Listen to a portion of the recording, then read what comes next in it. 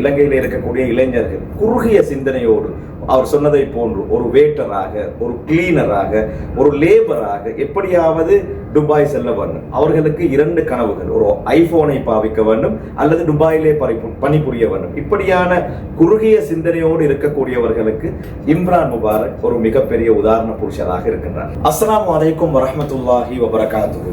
அனைவர் மீதும் சாந்தியும் சமாதானமும் என்றென்றும் உண்டாவதாக என்ற பிரார்த்தனையோடு ஷார்ட் நியூஸ் வழங்கும் மற்றும் ஒரு சிகரம் தொழு நிகழ்ச்சியில் உங்கள் அனைவரையும் சந்திப்பதில் மகிழ்ச்சி அடைகிறேன். இன்றைய நாட்களிலே ஐக்கிய அரபு அமீரகத்தில் இருந்து பல சாதனையாளர்களை உங்களுக்கு அறிமுகப்படுத்தி வருகின்றோம். அந்த அடிப்படையிலே இன்றும் கூட இன்னும் ஒரு மிக முக்கியமான சாதனையாளரை தேடி வந்திருக்கின்றேன். இவரை பற்றி எனக்கு தெரிந்த ஒரே ஒரு விடயம், இவர் முன்னாள் இலங்கை தேசிய கால்பந்தாட்ட அணியின் ஒரு வீரர். கம்பளையை சேர்ந்த சகோதரர் இம்ரான் முபாரக் இன்றைய எங்களுடைய சிறப்பு விருந்தினர். வாருங்கள் நிகழ்ச்சிக்குள் இம்ரான் முபாரக்கின் சாதனைகளை பற்றி பேசிவிட்டு வரும். அஸ்ஸலாமு அலைக்கும் வரஹ்மத்துல்லாஹி வபரகாத்துஹு. வலைக்கும் ஸலாம் வரஹ்மத்துல்லாஹி வபரகாத்துஹு. எப்படி இருக்கிறீங்க? இம்ரான் முபாரக் எனக்கு ஓரளவு உங்களை பற்றி தெரியும், ஆனால் நேர்களுக்கு தெரியாது. எனவே நீங்கள் யார் என்பதை நீங்களே சொல்லுங்க. என் பேர் இம்ரான் முபாரக். ஸோ பேசிக்கலி வந்து கம்பள ஜைரால எங்கள் education. So 2006 A levels out ஆயிடுது. 2007 யூஏக்கு மூவ் ஆயினேன் ஒரு எம்ப்ளாயி. குடும்ப பின்னணி, குடும்பத்தில் எத்தனை பேர் சகோதரங்கள்? குடும்ப பின்னணி வந்து எனக்கு ஒரு பிரதர் இருக்கிறாரு, 3 சிஸ்டர்ஸ் இருக்கிறாங்க, எல்லாம் எல்டர். நான் தான் லாஸ்ட் சைல்டு, கடைக்குட்டின்னு சொல்லலாம். இலங்கையில் அதாவது 2007ஆம் ஆண்டு ஐக்கிய அரபு அமீரகம் வாரீங்க, யூஏ வாரீங்க. அதற்கு முன்னால இலங்கையில உங்களோட துறை என்ன? நீங்க ஒரு சிறந்த தேசிய கால்பந்தாட்ட அணி வீரர். அந்த அனுபவங்களோடு உங்களுடைய அந்த ஆரம்ப நாட்கள் எப்படி? ஆரம்ப நாட்கள் எப்படின்னு சொன்னால், ஆஃப்டர் த ஸ்கூல் வந்து நாங்கள் வந்து படித்தது அது ஒரு செல்லிங் ப்ராஃபிட் ஷேரிங் பண்ணி அந்த ஒர்க் மந்த் ஒரு எக்ஸ்பீரியன்ஸ் எடுத்துக்கிட்டு அதுக்கப்புறம் தான் இங்கே மூவ் ஆயினது. ஸ்கூல் முடிஞ்சோடனே எங்களை கெரியர் ஒன்று ஸ்டார்ட் பண்ணுன்றதுக்காக ஒரு தொழில். ஸோ அதுக்கப்புறம் வந்து இங்கே ஒரு பேங்கிங் ஒரு பேங்க்ல உள்ள ஜாயின் பண்ணி தான் ஸ்டார்ட் பண்ணீங்க. எனக்கு உங்களுடைய பர்சனல் விடயங்கள், உங்களுடைய சாதனைகளை பற்றி பேசுவதற்கு முன்னால், இலங்கை தேசிய கால்பந்தாட்ட அணியின் ஒரு வீரர், மிகப்பெரிய ஒரு பெருமை. சொல்லுங்க அந்த அனுபவங்களை. எப்படி இலங்கை தேசிய கால்பந்தாட்ட அணிக்குள் நீங்க உள்வாங்கப்படுறீங்க? எவ்வளவு காலம் அதில் விளையாடுறீங்க? என்னென்ன சாதனைகள் அங்கே உங்களால் செய்ய முடிஞ்சது? இல்லை, எங்களோட ஸ்கூல்ல இருந்து நாங்கள் ரெப்ரசன்டேட் பண்ணி ஸ்கூல் நேஷனல் டீமுக்கு போனது. ஸோ ஒரு எக்ஸிடென்ட் ஒன்றால் அதுல இருந்து எனக்கு கண்டினியூ பண்ண இல்லாமல் போச்சு. அதனால தான் மெயினாக வந்து நான் யூஏக்கு மூவ் ஆன காரணம். அப்போ ஆரம்ப காலத்தில் ஒரு சிறந்த கால்பந்தாட்ட வீரர். இப்போதும் நீங்க விளையாடுறீங்களா? இப்பொழுது கொஞ்சம் விளையாடுறது இல்லை, அதுதான் இந்த நிலைமையில இருக்கிறோம். அது வயிற்று பார்த்தா விளையாண்டு நீங்க ஸ்போர்ட்ஸை விட்டுட்டீங்க. 2007ஆம் ஆண்டு யூஏ வாரீங்க. யூஏ வரக்கூடிய நேரத்தில் இப்போது நீங்க ஒரு கம்பெனியை செய்றீங்க, ஆனால் ஆரம்ப நாட்கள்ல நீங்க ஒரு எம்ப்ளாயா தான் நீங்க வந்தேன்னு சொன்னீங்க. என்ன மாதிரியான ஒரு தொழிலுக்கு வாரீங்க? நான் முதல்ல ஆரம்பித்தது வந்து ஒரு கிரெடிட் கார்டு சேல்ஸ் ஒரு கேட்டகரியில் தான். நார்மலாக வந்து பேங்கிங் ஒன்று இங்கே வரப்போல முதல் தொழில் வந்து கிரெடிட் கார்டு சேல்ஸ் எக்ஸிகூட்டிவாக தான் இருக்கணும். ஸோ பேசிக்கலி என் ஃபாதர் வந்து ஒரு டிரைவர். ஸோ அதிலிருந்து நாங்கள் ஒரு தொழில் ஒன்று ஆரம்பிக்கணுன்றதுக்காக வேண்டி கிரெடிட் கார்டு ஒரு கஷ்டமான குடும்ப பின்னணியிலிருந்து வந்த ஒருவரா நீங்கள்? டெஃபினெட்லி அதிலிருந்து ஆரம்பிச்சுட்டு ஒரு 15 வருஷமாக ஒரு இந்த பேங்கிங் ரிலேட்டடான தொழிலே தான் நான் இருந்தேன். அதாவது ஸ்ரீலங்காவில் இருக்கிற பேங்கர்ஸையும் விட இங்கே கொஞ்சம் அட்வான்ஸாக போகிறோம். ஸோ அந்த பேங்கிங் கெரியர் தான் எங்களுக்கு போச்சு. அதாவது சேல்ஸ் அண்ட் மார்க்கெட்டிங்கில் மட்டும் தான் இருந்து. அப்போ 2007ஆம் ஆண்டுல இருந்து இந்த காலப்பகுதி வரைக்கும் ஒரு எம்ப்ளாயா நீங்கள்? சாதாரணமாக 2022 வரைக்கும் நான் ஒரு எம்ப்ளாயி மட்டுமா தான் இருந்தேன். அதாவது நீண்ட நாட்கள் 2007லேருந்து 2022 வரைக்கும். அந்த காலப்பகுதிகளில் நீங்க எப்படியான சவால்களுக்கு முகம் கொடுத்தீங்க? அதாவது இன்னும் ஒரு நாட்டுக்கு வாரீங்க, இங்க பல பாசைகளை பேசக்கூடியவங்க இருக்கிறாங்க, 200க்கும் மேற்பட்ட நாட்டவர்கள் இருக்கக்கூடிய நாடு யூஏ. எப்படி சர்வைவ் ஆகிச்சு? அது நார்மலாக வந்து நாங்கள் சர்வை ஆகத்தானே வேணும். எந்த ஒரு நாட்டுக்கும் இப்போ நம்ம ஸ்ரீலங்காவில் இருக்க போல அந்த நாட்டில் உள்ள எக்ஸ்ப்ளோர் தான் பண்ணணும். இன்டர்நேஷனல் மார்க்கெட்டில் நம்ம ப்ளே பண்ணணும். ஃபினிட்லி உங்களுக்கு உங்களோட ஸ்கில்ஸை வந்து அதிகமாக கூட்டிக் கொள்ளணும். பாஷைகளை படிக்க வேண்டியதை வைக்கணும். இப்போ தற்போது எனக்கு ஆல்மோஸ்ட் ஒரு 5 பாஷைகள் சரளமாக பேசலாம். ஸோ அது வந்து நீங்கள் ஒரு சேல்ஸ் ஒரு கேட்டகரியை சூஸ் பண்ணதால தான் உங்களுக்கு அந்த லாங்குவேஜ் எல்லாம் உங்களுக்கு இம்ப்ரூவ் பண்ணிக்கொள்ளக்கூடிய ஆப்ஷனாக இருக்குது. நம்ம இங்கிலீஷை மட்டும் தெரிஞ்சுக்கிட்டீங்க வந்து நம்மளால் சர்வை பண்ண முடியாது. ஸோ ஓவரால் எல்லா லாங்குவேஜையும் நம்ம படிக்கிறதுக்கும் எங்களோட ஸ்கில்ஸை கூட்டுறதுக்கும் சேல்ஸ் துறைன்றது வந்து ஒன் ஆஃப் த பெஸ்ட்னு சொல்லலாம். ஸோ அது மூலியமாக தான் நம்ம டெவலப் பண்ணி. ஸோ நான் ஆரம்பித்தது வந்து கிரெடிட் கார்டு சேல்ஸில் இருந்தாலும் நான் ஒரு ரிலேஷன்ஷிப் மேனேஜர் லெவலுக்கு ரீச் பண்ண முடியுமா போச்சு. எனக்கு நம்ம ஸ்கில்ஸை நம்ம டெவலப் பண்ணிக்கொண்டு வரோம். நிச்சயமா இந்த நிகழ்ச்சியை பார்த்து கொண்டிருக்கக்கூடிய இளைஞர்களுக்கு ஒரு மிக முக்கியமான பாடத்தை சொல்லி தந்தார். நீங்கள் ஒரு துறைக்கு வருவதாக இருந்தால் நீங்கள் உங்களை வலுப்படுத்திக் கொள்ள வேண்டும், உங்களுடைய ஸ்கில்ஸ்களை நீங்கள் வளர்த்து கொள்ள வேண்டும், பாஷைகளை நீங்கள் படிக்க வேண்டும். முதல் தடவையாக ஒரு சாதனையாளர் சொல்லக்கூடிய விடயம் இது. பாஷைகளை கற்றுக்கொள்ளுங்கள். இலங்கையிலே வெறுமனே தமிழையும் சிங்களத்தையும் மாத்திரம் நீங்கள் தெரிந்து கொண்டு இன்னும் ஒரு நாட்டுக்கு போய் உங்களால் சர்வைவ் ஆக முடியாது. எனவே பாஷையை நீங்கள் கற்றுக்கொள்ளுங்கள் என்ற விடயத்தை தெளிவாக சொல்லியிருந்தார். 2007 ஆண்டு ஐக்கிய அரபு அமீரகம் வாரீங்க. 2022 ஆண்டு வரை ஒரு எம்ப்ளாயாக நீங்கள் இன்னும் ஒரு வருடத்திலே கடமையிலே தொழிலே இருக்கிறீங்க. இப்போது சொந்தமாக உங்களுக்கான ஒரு நிறுவனத்தை நீங்க உருவாக்குறீங்க. சொல்லுங்க, உங்களுடைய நிறுவனம் என்ன மாதிரியான தொழில்களை நீங்க செய்றீங்க? 2022 வரை கொரோனாக்கு அப்புறம் யூஏ மார்க்கெட் கலாப்ஸ் ஆகி கொண்டு இருந்த டைம். ஸோ அது மாதிரி ஒரு டைமில் ஒரு சேலஞ்சாக இருந்துச்சு, எப்படி ஒரு தொழில் ஒன்று ஆரம்பிக்கலாம். ஸோ அதில் ஒரு ஃபர்ஸ்ட் ஸ்டெப் பார்த்தா வெறும் 7 எம்ப்ளாயிஸை வச்சுக்கிட்டு நம்ம ஸ்டார்ட் பண்ணது. வெறும் 7 எம்ப்ளாயிஸில் தான் ஸ்டார்ட் பண்ணது. Over the last 2 years almost இந்த 2 வருஷமாக 420 ஸ்டாஃப் வரை நம்ம ஹையர் பண்ணியிருக்கிறோம். 420 ஆல்மோஸ்ட் ஒரு 300 பேர் ஸ்ரீலங்காவில் இருந்து மட்டும் ஹையர் பண்ணியிருக்கிறோம். மிகப்பெரிய விடயம்.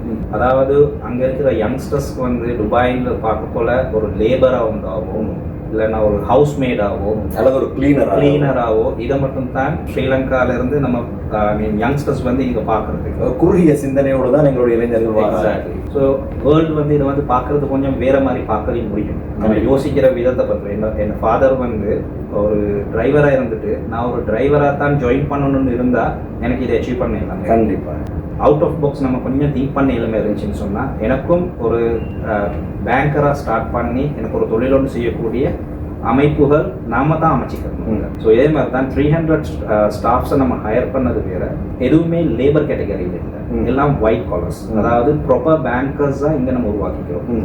மினிமம் நம்ம கம்பெனியில் ஒருத்தரோட இன்கம் மினிமம் ஒரு 10,000+ திராம்ஸ்க்கு மாதிரி ஏர்ன் பண்ணுறாங்க. ஸோ இதே ஒரு பெரிய ஒரு ஆப்பர்ச்சுனிட்டி ஒன்று யங்ஸ்டர்ஸ்க்கு. நிச்சயம். ஸோ இன்ஷா அல்லா இதுக்கு பிறகும் நம்ம இது மாதிரி ஒரு ப்ரோக்ராம்ஸ், அதாவது ஸ்ரீலங்காவில் ரெக்ரூட்மெண்ட் செக்மெண்ட் செய்கிறோம், ப்ளஸ் நம்ம ரியல் எஸ்டேட் விஷயத்தில் இன்வால்வ் ஆகி இருக்கிறோம். ஸோ இது ஒரு பெரிய ஒரு ப்ரோக்ராம் ஒரு கிரியேட் பண்ணுறதுக்கான பிளானில் தான் ஆரம்பிச்சது. எனக்கு சாதாரணமாக சொல்ல முடியுமா உங்களுடைய இந்த பிளான்களில் இருக்கிற முக்கியமான த்ரீங்களுக்கு கீழே, அதாவது நீங்கள் ரியல் எஸ்டேட் செய்கிறீங்க, ரெக்ரூட்மெண்ட் செய்கிறீங்க, என்னென்ன கேட்டகரியில் உள்ளவங்க உங்களோட சம்மந்தப்படணும்? இல்லை நார்மலாக பேங்கர்ஸ் யாராவது ஜாப் ஆப்பர்ச்சுனிட்டிஸ் தேடிக்கொண்டு அவங்க பெரிய இன்டர்நேஷனல் மார்க்கெட்டை எக்ஸ்ப்ளோர் பண்ணணும்னு வரக்கூடிய ஆட்கள் இருந்தால் எங்களை தொடர்பு கொள்ளலாம். சரி. யங்ஸ்டர்ஸ், ஸ்கூல் லீவர்ஸ், அவங்களோட லைஃப்பில் எந்த ஆங்கிளுக்கு அவங்க போகலாம், எந்த துறையை தேர்ந்தெடுக்கலாம்ன்ற போல அவங்களுக்கு இனிஷியல் ட்ரைனிங்ல இருந்து நம்மளுக்கு ஆரம்பிச்சு கொடுக்கலாம். தேர்ட் பாயிண்ட் ரியல் எஸ்டேட் செக்மெண்ட்ல Sri Lankan real estate market Dubai one of the leading in the real estate செக்மெண்ட்ல. ஸோ ரியல் எஸ்டேட் ஏஜென்ட்ஸ் எங்களுக்கு இங்கே கொண்டு அவங்களுக்கு ஒரு தொழில் வாய்ப்பு கொடுத்து அவங்களோட கெரியரை எங்களுக்கு வளர்த்து கொடுக்கக்கூடிய இதுவரை பண்ணி கொடுக்கலாம். இப்போ கரண்ட்லி எனக்கு இருக்கிற கம்பெனிஸ்னு பார்த்தீங்கன்னா ஒன்று பேங்கிங் ரிலேட்டடான ஜாப்ஸ் மார்க்கெட்டில் இருக்குது, ரியல் எஸ்டேட் செக்மெண்ட்டில் இருக்குது, அது கொலிகோ மெடிக்கல் எக்யூப்மெண்ட் சொல்லி. ஸோ நம்ம லான்ச் பண்ண கம்பெனியோட பேர் கொலிகோ குரூப். ஸோ ஸ்ரீலங்காலையும் கொலிகோ ரியல் எஸ்டேட்னு ஒன்று கம்பெனியோட ஆரம்பிச்சிருக்கிறோம். எங்கே? ஸ்ரீலங்காவில் கொலம்புல ஆரம்பிச்சிருக்கிறோம். ப்ளஸ் கொலிகோ மெடிக்கல் எக்யூப்மெண்ட் ஒன்று இருக்குது, கொலிகோ கன்சல்டன்சி சர்வீஸ் ஒன்று இருக்குது, யூஏயில் கொலிகோ கன்சல்டன்சி இருக்குது, கொலிகோ ரியல் எஸ்டேட், கொலிகோ மெடிக்கல் எக்யூப்மெண்ட், கொலிகோ ஃபைனான்ஷியல் சர்வீஸ். ஸோ இந்த எல்லா துறையிலையுமே நான் ஹையர் பண்ணிக்கிட்டே இருக்கிறோம். ஒவ்வொரு யங்ஸ்டர்ஸ்க்கும் நெக்ஸ்ட் லெவல், அதாவது என்னையால முடியும்னு சொன்ன ஒரு டிரைவர்ட மகனோண்டால முடியும்னு சொன்னா டெஃபினெட்லி நம்ம எங்களோட ஸ்கில்லை கூட்டிக்கிட்டோம்னா அடுத்த கட்டத்துக்கு போகலாம். அதாவது எந்த ஒரு தொழிலாளியும், அதாவது எம்ப்ளாயும் பிஸ்னஸ் மேனா மாறுறதுக்கான முயற்சிகளை நாங்களே தான் உருவாக்கி கொள்றோம். ஸோ இதுக்கான ஸ்டெப்ஸை தான் நான் பார்த்துக்கிட்டு போகிறேன். அற்புதமான விடயம். அதாவது சிங்களத்திலே சொல்வார்கள் லோகே தக்கிண்டோனே என்று, அதாவது உலகத்தை பாருங்க, சாதாரணமாக நீங்க ஒரு சிறிய சிந்தனைக்குள் முடங்கி போக வேண்டாம் என்ற விடயத்தை தான் சொல்கின்றார். ஒரு சாரதியின் மகனாக இன்று மிகப்பெரிய ஒரு சேவையை செய்து கொண்டிருக்கின்றார். 420க்கும் மேற்பட்டவர்கள் அவருக்கு கீழால் பணிபுரிகிறார்கள் என்றால் சிந்தித்து பாருங்க. இலங்கையில் இருந்து 300க்கும் அதிகமானவர்களுக்கு வேலை வாய்ப்புகளை செய்து கொடுத்திருக்கின்றாராம். எனவே இது ஒரு மிகப்பெரிய விடயம். இலங்கையில் இருக்கக்கூடிய இளைஞர்கள் குறுகிய சிந்தனையோடு அவர் சொன்னதை போன்று ஒரு வேட்டராக, ஒரு கிளீனராக, ஒரு லேபராக எப்படியாவது துபாய் செல்ல வேண்டும். அவர்களுக்கு 2 கனவுகள், ஒரு ஐபோனை பாவிக்க வேண்டும் அல்லது துபாயிலே பணிபுரிய வேண்டும். இப்படியான குறுகிய சிந்தனையோடு இருக்கக்கூடியவர்களுக்கு இம்ரான் முபாரக் ஒரு மிகப்பெரிய உதாரண புருஷராக இருக்கின்றார். இலங்கையில் இருக்கக்கூடிய அதிகமான இளைஞர்களுக்கு இந்த நிகழ்ச்சி ஒரு மிகப்பெரிய மோட்டிவேஷனாக இருக்கு. என்னால் முடியாது என்று நினைக்கக்கூடியவர்களுக்கு இல்லை, என்னால் முடியும், ஒரு இம்ரான் முபாரக்கால் முடியுமாக இருந்தால் என்னால் ஏன் முடியாது என்று சிந்திப்பார். எனவே அப்படியான இளைஞர்களுக்கு நீங்கள் சொல்லக்கூடிய ஆலோசனை, ஒரு பாடசாலை கல்விக்கு பின்னால் நான் என்னடா செய்ய போகிறேன் என்று தெரியாமல் இருக்கக்கூடிய இளைஞர்களுக்கு நீங்கள் ஒரு சாதனை புரிந்த இளைஞனாக சொல்லக்கூடிய விடயம் பேசிக்காக எங்களோட எஜுகேஷன் சிஸ்டத்தில் நாங்கள் படிச்சிக்கிறது என்னது, how to be a employee to someone. அதாவது ஒருத்தருக்கு கீழே நான் ஒரு நல்ல படிங்க, ஒரு அக்கௌண்டன்ட் ஆகலாம், ஒரு ஃபைனான்ஸ் மேனேஜர் ஆகலாம், இதை தான் படிக்கிறோம். How to be a businessman, அதாவது ப்ராப்பர் பிஸ்னஸ் மேன் எப்படி மாறுறேன்னு யாருமே படிக்கிறது. இந்த லாஸ்ட் ஆல்மோஸ்ட் 20 years ஜேர்னியில் வந்து நான் படித்தது ஒன்று என்னன்னு சொன்னால், வேர்ல்டு எக்ஸ்ப்ளோர் பண்ண வெளியே வந்தால் தான் எங்களால் அதை சாதிக்கிறோம். டெஃபினெட்லி வந்து நாங்கள் எந்த ஒரு இளைஞனுமே யோசிக்க வேண்டிய விஷயம் என்னன்னு சொன்னால், இன்னொருத்தருக்கு கீழே வேலை செய்கிறதை விட அது ஒரு ஷார்ட் டேர்ம் ஒரு எக்ஸ்பீரியன்ஸாக மட்டும் எடுக்கணுமே தவிர காலம் முழுக்க இன்னொருத்தர்கிட்ட ஒர்க் பண்ணணுன்ற மைண்ட் செட்டில் இருக்கிறவங்களால ஒரு இடத்த தொட முடியாது, சாதிக்க முடியாது. ஸோ அது ஒரு பேசிக் அட்வைஸாக எனக்கு சொல்லலாம். இப்போ எனக்கிட்ட இருக்கிற எல்லா ஒரு ஸ்டாஃபையும் வந்து நான் ட்ரெயின் பண்ணுற விதம் என்னன்னு சொன்னால், டோன்ட் ஒர்க் ஃபார் மீ, எனக்கிட்ட ஒர்க் பண்ண வேணும். இது short term 1 or 2 year experience எடுத்துட்டு உங்களுக்கு தனிப்பட்ட ஒரு தொழிலை ஆரம்பிக்கும். அதுக்கான என்ன முயற்சி, என்ன விதமான சப்போர்ட்டையும் எங்களுக்கு கொடுக்கலாம். எனவே இளைஞர்களே சொல்லக்கூடிய விடயத்தை ரொம்ப ஆழமாக கேட்டுக்கொள்ளுங்கள். துபாயிலே வேலை வாய்ப்புகள், அதை பற்றி நாங்கள் பேசுவதாக இருந்தால், இளைஞர்களுக்கான வேலை வாய்ப்புகள் துபாயில் இருக்கின்றன. துபாயில் வேலை வாய்ப்புகள் இருக்குது. அதாவது எங்கள் ஸ்ரீலங்கன் நேஷனாலிட்டிஸை இவங்க பார்க்குறது எப்படின்னு சொன்னால், முதல் ப்ராப்ளம் லாங்குவேஜ் பேரியர் இருக்குது. அதாவது நீங்கள் சொன்ன மாதிரி தமிழும் ஒன்று சிங்களம் இல்லைன்னா இங்கிலீஷ், இதை மட்டும் வச்சுக்கிட்டு நீங்கள் சர்வை பண்ண முடியாது. எஸ், இங்கிலீஷ் படிச்சுட்டு வராங்கன்னு சொன்னால், அதாவது ஒரு நல்ல ஒரு கம்பெனியில் ஒரு ஃபைனான்ஸ் மேனேஜராகவோ அக்கௌண்டனாகவோ சேல்ஸ்லையோ எதிராது. ஆனால் டோட்டல் 390,000 ஸ்ரீலங்கன் கம்யூனிட்டிஸ், அதாவது ஆட்கள் வாழ்கிறாங்க. இதில் ஆல்மோஸ்ட் ஒரு 10 to 20% தான் ஹை ப்ரொஃபைல்னு சொல்லலாம். அதாவது ஒரு சாதாரணமான ஒரு சேலரியும் எடுத்துக்கொண்டு வரக்கூடிய கம்ப்ளீட் மீதி இருக்கிற 80%ம் ஐதர் லேபரோ க்ளீனரோ. இந்த செக்மெண்ட்டை மாற்றுறதுன்னு சொன்னால், நம்ம எங்களுக்கு எல்லா டேலண்ட்ஸை வந்து நம்ம என்ன பண்ண அதிகரித்து கொடுத்தா வரும். அதாவது ஒரு வில் பவர் ஒன்று வேணும். இந்த மார்க்கெட்டோட சேலஞ்ச் பண்ணக்கூடிய கலிபரை நம்மளாக தான் உருவாக்கிக்கிறோம். அதுதான் மிகப்பெரிய அட்வைஸ் நீங்கள் சொல்லுங்கள். இறுதியாக சொல்லுங்க, இலங்கையில் இருக்கக்கூடிய இளைஞர்களோ அல்லது நீங்கள் சொன்ன மாதிரி ஏதாவது ஒரு துறையிலே சாதிக்க வேண்டும் என்னுடைய குவாலிஃபிகேஷனை வைத்து இப்படியானவர்கள் உங்களை எப்படி தொடர்பு கொள்ள முடியும்? என்னோட கம்பெனியோட இமெயில்ஸ் நாங்கள் கொடுக்குறோம், அதுக்கு அவங்களோட சிவிஸ் அனுப்பலாம். இல்லைன்னா டிரெக்ட் நம்பர்ஸ் ஒன்று இருக்குது, அதுக்கு எங்களுக்கு ரீச் பண்ணலாம். சமூக வலைத்தள பக்கங்கள் இருக்குது. இதில் எல்லா கொலிகோ ரியல் எஸ்டேட்டில் இருக்குது, கொலிகோ மெடிக்கல் எக்யூப்மெண்ட், ஃபேஸ்புக்லேயும் இருக்குது, இன்ஸ்டாகிராம், டிக்டாக் எல்லாத்துலேயும் பேஜஸ் இருக்குது. அவற்றின் மூலமாக உங்களை தொடர்பு கொள்ளலாம். எந்த துறையில், அதாவது எந்த கேட்டகரியில் இருக்கக்கூடியவங்களுக்கும் உங்களோட தொடர்பு கொண்டு அவர்களுக்கான ஏற்பாடுகளை செய்து கொடுக்கலாம். இலங்கையில் இருக்கக்கூடிய தனவந்தர்கள், அவர்கள் இங்கே வர விரும்பாதவர்கள், தங்களிடத்திலே பணங்கள் இருந்தால் அவற்றை இன்வெஸ்ட் பண்ணி உங்கள் மூலமாக ஏதாவது சேவைகளை நாடினால் அதற்கான ஏற்பாடுகள் உங்கள் இடத்துல இருக்கின்றன. ஸ்ரீலங்காவில் ஒரு ப்ரோக்ராம் செஞ்சோம், சினிமானிக் பிராண்டில் 4th of May, அதாவது ஒரு 3 monthsக்கு முன்னாடி ஒரு ப்ரோக்ராம் ஸ்ரீலங்காவில் செஞ்சோம். அதாவது அங்கே இருக்கிற தனவந்தர்கள் இங்கே இன்வெஸ்ட் பண்ணக்கூடிய, அதாவது அதிகமான ROI, அதாவது ரிட்டர்ன் ஆஃப் இன்வெஸ்ட்மெண்ட் எதிர்பார்க்கக்கூடியவங்க, அவங்களோட ப்ராப்பர்ட்டிஸை கேஷை வந்து இன்வெஸ்ட் பண்ணி ரிட்டர்ன் ஆன் எடுக்கக்கூடிய முறைகளில் எங்களுக்கு அரேஞ்ச்மெண்ட்ஸ் எல்லாம் பண்ணலாம். துபாய் மார்க்கெட் நார்மலாக வந்து எவ்ரிடே டே பை டே வந்து இன்க்ரீஸ் ஆகிக்கிட்டே போகுது. அதாவது நிறைய பேர் இங்கே மூவ் ஆகுறாங்க, பலதரப்பட்ட கண்ட்ரியிலேருந்து மில்லியனர்ஸ் மூவ் ஆகுறாங்க. அதாவது ஷேக் முகமது இங்கே ஒரு தடவை சொல்லியிருந்தாரு, if a woman walks at 12 o'clock in the midnight, which means she is in Emirate. அதாவது அவ்வளோ பாதுகாப்பான ஒரு நாடு இது. ஸோ இது மாதிரி ஒரு நாட்டில் வந்து தன்னோட ஃபேமிலியோட மூவ் ஆகி அவங்களோட குழந்தைகளோட எஜுகேஷன்ஸை கண்டினியூ பண்ணுறதுக்கான நிறைய ஆப்பர்ச்சுனிட்டிஸ் இருக்குது. ஸோ நிறைய மில்லியனர்ஸ் இங்கே மூவ் ஆகிறாண்டா அவங்களுக்கான பிஸ்னஸ் ஆப்பர்ச்சுனிட்டிஸை இங்கே அரேஞ்ச் பண்ணி கொடுக்கலாம் எங்களால். ஸோ எங்களோட ஒரு பிஸ்னஸ் கன்சல்டன்சி ஃபேம் ஒன்றும் இருக்குது. ஸோ அது மூலியமாக யாராவது ஒருத்தர் இங்கே பிஸ்னஸ் ஒன்று ஆரம்பிக்கிறதுன்னு சொன்னால் அதுக்கான அரேஞ்ச்மெண்ட்ஸ் ஒன்று எங்கள் டீம். யாராவது ஒருத்தருக்கு இங்கே இன்வெஸ்ட்மெண்ட் ஒன்று பண்ணி அவருக்கான ஒரு அதாவது ஒரு ப்ராப்பர்ட்டி ஒன்று வாங்கணுன்ற ஒரு நிலைமை இருந்துச்சுன்னு சொன்னால் அதுக்கான அரேஞ்ச்மெண்ட்ஸும் பண்ணலாம். ஸோ டாப் டு என்ன ப்ராப்பர்ட்டி என்ன ரிலேட்டடான அவங்களுக்கான தேவை இருக்குதோ அதை ஃபுல்லாக பரிபூர்ணமாக செஞ்சு கொடுக்கலாம். எனவே பல விடயங்களை சொல்லி இருக்கின்றார்.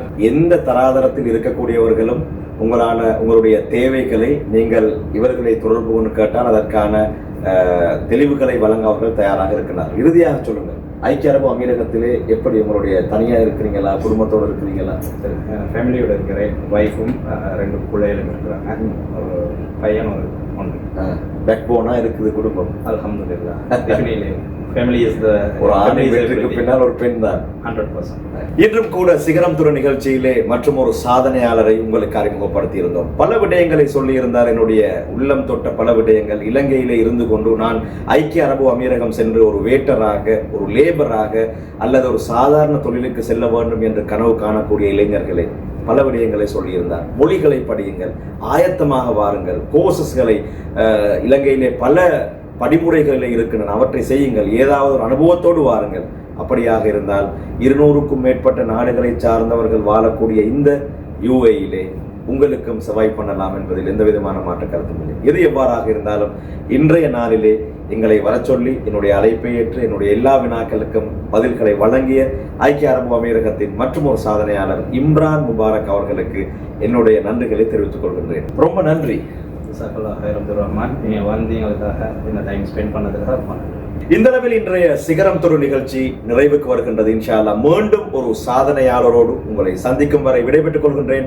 ஒளிப்பதிவில் உதவிய சகோதரர் பிலால், ஷமாயில், சம்சுதீன் ஆகியோருக்கு நன்றிகளை கூறிக்கொண்டு விடைபெற்றுக் கொள்கின்றேன். நன்றி.